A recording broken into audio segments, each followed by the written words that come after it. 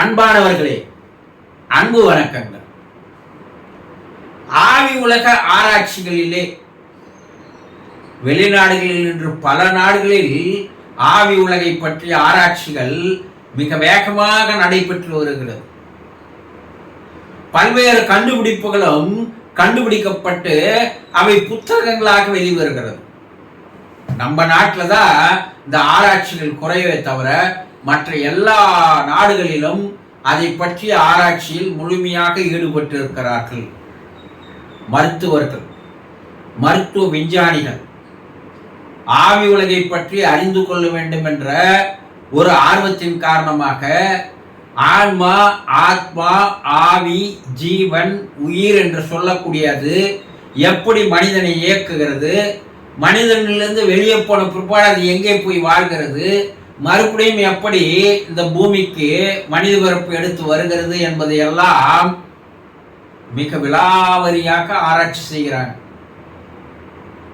நாம் அதை பற்றியெல்லாம் தெரிந்து கொள்வதில் ஆர்வம் காட்டுவதில்லை. ஏன்னா நம்முடைய வாழ்க்கை வேற எங்கேயோ ஓடுகிறது.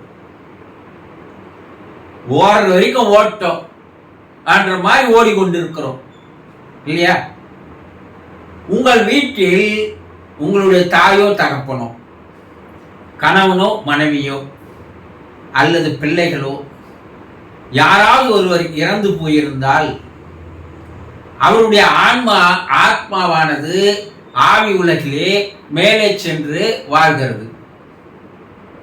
அப்படி வாழ்ந்து வருகின்ற அந்த ஆத்மாவானது எந்த நேரமும் உங்களை பற்றியே நினைத்துக் கொண்டிருக்கிறது என்பதை கண்டுபிடித்திருக்கிறார்கள். உண்மையா? உண்மை. பல ஆராய்ச்சிகள் வெளியே தெரிவிக்கிறது. ஏன்? அவர்கள் வாழும் பொழுது எந்த மனம் இருந்ததோ அதே மனம் தான் இப்போ அங்க மேல இருக்கு.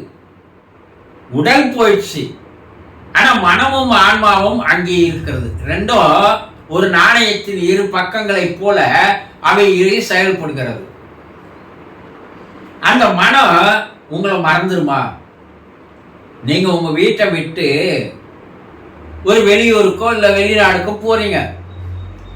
அப்படி வெளியூருக்கோ வெளிநாட்டுக்கோ நீங்க போனீங்கன்னா உங்களுடைய மனம் எங்கே சுழன்று சுழன்று வரும்? எங்க நினைப்பாவே இருப்பீங்க? உங்களுடைய குடும்பத்தின் மீது, உங்களுடைய வீட்டின் மீது, வீட்டில் இருக்கின்ற உங்களுடைய குடும்ப உறுப்பினர்கள் மீது மனம் மறுபடியும் மறுபடியும் வரும்ல. அங்கேயே தானே சுற்றி இருக்கோம். எங்க வெளிநாட்டுக்கு போனாலும் நம்ம வீட்டில் அவங்க எப்படி இருக்கிறாங்களோ, என்ன செய்துட்டு இருக்காங்களோ, நம்ம இல்லாத எவ்வளோ கஷ்டப்படுறாங்களோ, நமக்கு உதவி நம்ம உதவி இல்லையே அவங்களுக்கு, வேறு யார் அவங்களுக்கு உதவி செய்வாங்க? அடிக்கடி கைபேசி எடுத்து என்ன செய்துட்டு இருக்கிற ஒரு 100 முறையாவது கேட்கின்ற மனிதர்கள் என்று இருக்கிறாங்க இல்லையா? வெளிநாட்டில் இருக்கிறாரு, ஒரு 10 முறையாவது கைபேசி மூலமாக தன்னுடைய குடும்ப உறுப்பினர்கள் என்ன செய்து கொண்டிருக்கிறார்கள் என்பதை தெரிந்து கொள்கிறார்கள் இல்லையா? அப்ப அவங்க கவனம் பூரா எங்கதான் இருக்குது? வீட்டின் மேலதான் இருக்குது இல்லையா? இதே நிலைமைதான் அந்த ஆன்மா வெளிநாட்டுக்கு போல வேறு உலகத்திற்கு போயிருக்கிறதே தவிர அந்த ஆத்மாவுடைய மனமானது உங்களை பற்றியே தான் சிந்தித்துக் கொண்டிருக்கிறது, நினைத்து கொண்டிருக்கிறது, எண்ணிக்கொண்டிருக்கிறது. நீங்க என்ன செய்வீங்க? ரெகுலரா இருக்கும்போது என்னென்ன செய்தீங்க? இவங்க காலையில என்ன வேலை செய்திருப்பாங்க? பிள்ளைங்க கல்லூரிக்கு போயிருப்பாங்களா? பிள்ளை வேலைக்கு போயிருப்பானா? இல்லை பிள்ளை பள்ளிக்கூடம் போயிருப்பானா? இல்லை பெண்ணு திருமணம் ஆச்சு போச்சு, அவங்க மாப்பிள்ளையோட நல்லா இருக்கிறாங்களா? நம்முடைய மனைவி நம்மளை விட்டு பிரிந்ததால் கஷ்டத்தில் இருக்கிறாளா? வேதனையில் இருக்கிறாளா? இப்படியெல்லாம் அந்த ஆன்மாவானது எந்த நேரமும் அந்த உலகத்திலிருந்து உங்களையே நினைத்து கொண்டிருக்கிறது என்பதை கண்டுபிடித்திருக்கிறார்கள். ஆனா நம்ம என்ன பண்ணிடுறோம்? அவர் இறந்து 1 மாதத்திற்குள்ள அல்ல 3 மாதத்திற்குள்ள அவரை நாம் என்ன பண்ணிடுறோம்? மறந்து விடுகிறோம் இல்லையா? நம்ம வாழ்க்கை முறை அப்படி. ஆரம்பத்துல 1 வாரத்துக்கு துக்கத்தை கொண்டாடுறோம், துயரத்தில் இருக்கிறோம், வேதனையில் இருக்கிறோம். நாள் செல்ல இந்த துக்கமும் துயரமும் வேதனையும் கொஞ்சம் கொஞ்சமா மறைஞ்சு மறைஞ்சு மறைஞ்சு நம்முடைய சகஜ வாழ்க்கைக்கு நம்ம மாறிடணும் இல்லையா? எப்போ யாராவது அவரை பத்தி சொன்னா ஒரு நிமிஷம் நினைக்கிறோம், அதோட மறந்து போயிடுறோம், மறுபடியும் நம்ம எந்திரம் மாதிரி வாழ்க்கையில ஓட ஆரம்பிச்சிடுறோம் இல்லையா? அவர்கள் அப்படி அல்ல. அந்த உலகத்துல அவங்க இருக்கும்போது அந்த உலகத்தினுடைய செயல்பாட்டிற்கு அவர்கள் என்ன பண்ணலாம்? மாறி இருக்கலாம், உங்களை மறந்து இருக்கலாம்.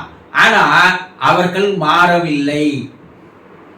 ஏன்னா பூமியில வாழ்ந்த அந்த குடும்ப உறுப்பினர்களுடைய வாழ்க்கை, அந்த குடும்ப உறுப்பினர்களுடைய அன்பு, பாசம், அந்த நேசம், அந்த அரவணைப்பு எதுவும் அந்த உலகத்தில் இல்லை. அதனால் அவர்கள் இல்லாததை நினைச்சு ஏங்குகிறார்கள், கண்ணீர் விடுகிறார்கள். உங்களோட வாங்க வாழ்க்கையை நினைத்து நினைத்து நினைத்து பார்த்து அவர்கள் அதில் ஒரு சந்தோஷத்தை அடைகிறார்கள். யாரும் இல்லாத ஒருத்தர் தனியா ஒரு இடத்துல இருக்கும்போது எப்படி தன்னுடைய குடும்ப உறுப்பினர்களை நினைத்து பார்த்து அவர்களோடு வாழ்ந்த வாழ்க்கையை, சந்தோஷ வாழ்க்கையை அல்லது கஷ்ட வாழ்க்கையை நினைத்து பார்க்கிறார்களோ, கடந்த காலத்தை நினைத்து பார்த்து வாழ்கின்ற வாழ்க்கை, அதே வாழ்க்கையைத்தான் அவர்களும் பூமியில் வாழ்ந்த வாழ்க்கையை நினைத்து பார்த்து உங்களையும் உங்களுடைய தினசரி நடவடிக்கைகளை, செயல்களையும் அவர்கள் கண்காணித்த வண்ணமாக, நினைத்து பார்த்த வண்ணமாக இருந்து வருகிறார்கள் என்பதை இப்போதாவது தெரிந்து கொண்டு அவர்களை நீங்கள் நினைத்து பார்ப்பதற்கு முயற்சி செய்யுங்கள். ஏன் அப்படி நினைச்சு பார்க்கணும்? அப்பதான் உங்களுக்கும் அவர்களுக்கும் ஒரு உறவு, ஒரு தொடர்பு, ஒரு இணக்கம் ஏற்படும். அப்படி ஏற்பட்டால் அதில் பலவிதமான நன்மைகள் உங்களுக்கு இருக்கிறது என்பதை தெரிந்து கொள்ளுங்கள். சந்தோஷம்.